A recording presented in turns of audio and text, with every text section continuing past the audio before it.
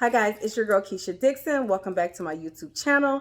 If this is your first time here, welcome. I'm so glad you found my channel because on this channel, you'll be coming along with me on a journey as I continue to lose weight using the medication MOUNJARO. Now in today's topic, we're going to be talking about all the anxiety around this coupon card expiring in June. My God, in today's video, I will be inspiring you, encouraging you, and giving you direction because there is light at the end of this tunnel. Stay tuned. Hi, I'm Keisha Dixon. You made it here, so go ahead and subscribe and click your notification bell so you don't miss any of my future uploads. Okay, so you guys have been following me long enough to know that I am currently on MOUNJARO and that I have been paying only $25 because I was one of the people blessed to get the original coupon. However, my coupon is expiring along with everybody else's who don't have commercial insurance that is helping us pay for this in June. Now, what are we going to do about it, you guys? Are we going to continue to be anxious or are we going to choose alternatives? First things first, if you are simply exhausted with the fight, find yourself a compound pharmacy and get yourself a prescription for semaglutide, which is Ozempic. It's going to pay $100 to $150 per month for 4 pens, or get yourself a prescription for tirzepatide compound, which would cost you between $300 and $400 a month. Just be done with it. Move on to the compound and be done. It is not worth all the anxiety. My God, you guys.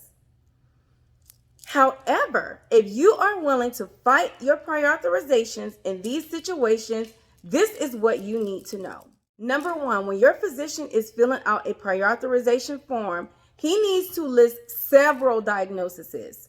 Whether your insurance company wants you to be a type 2 diabetic or not, still list several diagnoses except for obesity. There's a diagnosis code for BMI. There's also a diagnosis code for being overweight with a comorbidity of hypertension. There are so many diagnosis codes, you guys, that you can list. List them all that applies to your medical history. Number two, you want your physician to include clinical notes that supports these diagnoses. Keep in mind that in your clinical notes, your doctor needs to list your tried and fails. It would also benefit you if your doctor also lists medications in the same class of medicine that you are requesting that is contraindicated in any of those diagnosis codes that you listed. Do you understand what I'm saying? So if it is contraindicated for you to take metformin, you need him to say it's contraindicated for you to take metformin.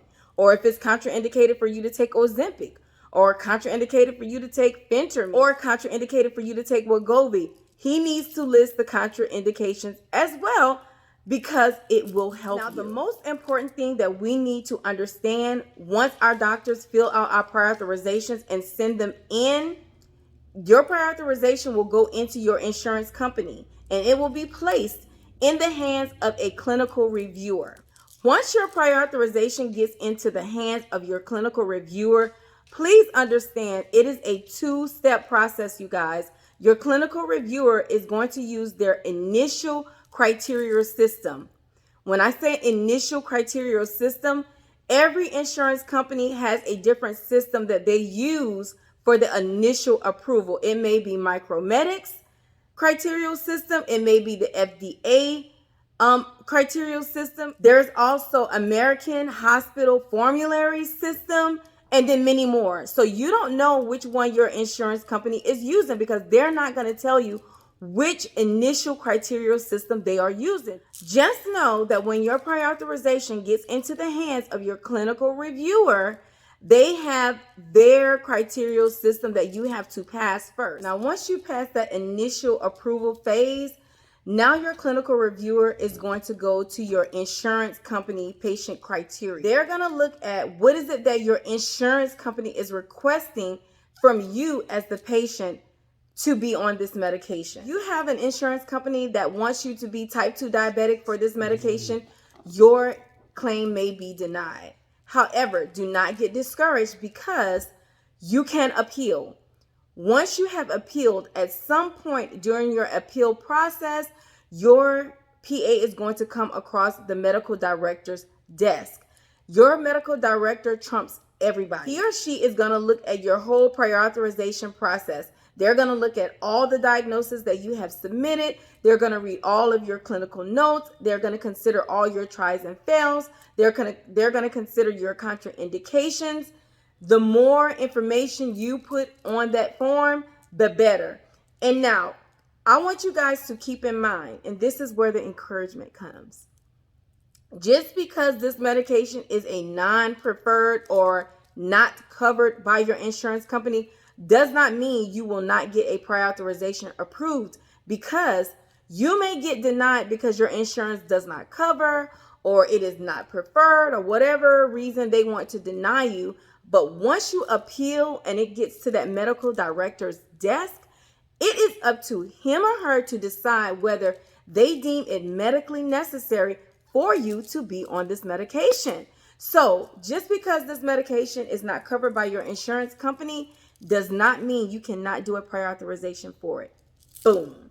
So I said all of that to say this. You guys, let's not get too anxious. Let's not let our worries get ahead of us because we have options.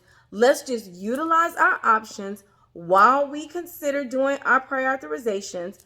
While you're doing your prior authorizations, use another option. It's okay. At the end of the day, the only thing that we want to continue to do is lose weight. It doesn't matter which medication you're on to lose weight.